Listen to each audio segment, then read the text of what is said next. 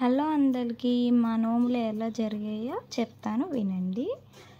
ఇవి వచ్చేసి తోరణాలు నేనే చేసి కట్టాను. తర్వాత ఫ్రూట్స్ అనేవి మంచిగా అరేంజ్ చేసేసుకున్నాను. ఇంకా డాడీ వచ్చారు. నోము దారాలు పైన కట్టాలి, కింద ఉండకూడదు. ఇంకా వాటిని దింపి తడిపి చేశారు. వీటిని నోము దారాలు అంటారు.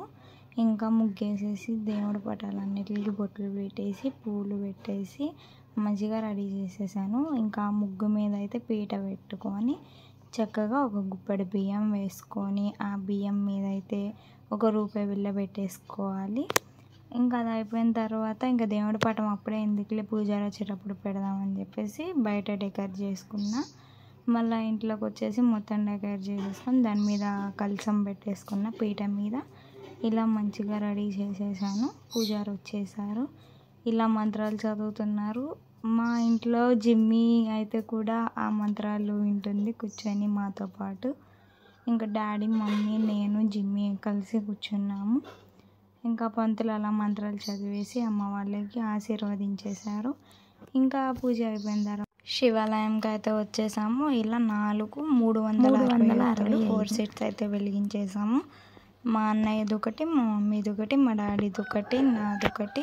ఇలా వెలిగించేసిన తర్వాత లోపలికి వెళ్ళాము. శివుణ్ణి దర్శించేసుకున్నాము.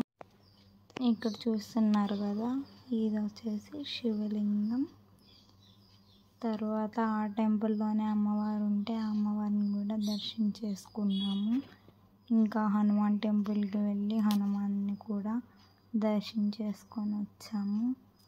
మార్నింగ్ నుండి అయితే ఫుల్ ఉపవాసం ఉన్నాము. ఫుల్ ఆకలిగా ఉంది.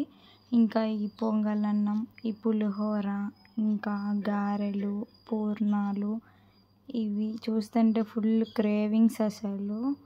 ఇంకా ముద్దపప్పు, నేతి బీరకాయ పచ్చడి, ఇంకా సాంబార్ ఇవన్నీ వేసుకొని గబగబా అయితే అన్నం తినేసాను. ఆ తర్వాత వచ్చేసి మేమైతే క్రాకర్స్ని పేల్ చేసుకున్నాము. నాకు సౌండ్స్ వచ్చే క్రాకర్స్ అంటే అసలు ఇష్టం ఉండదు.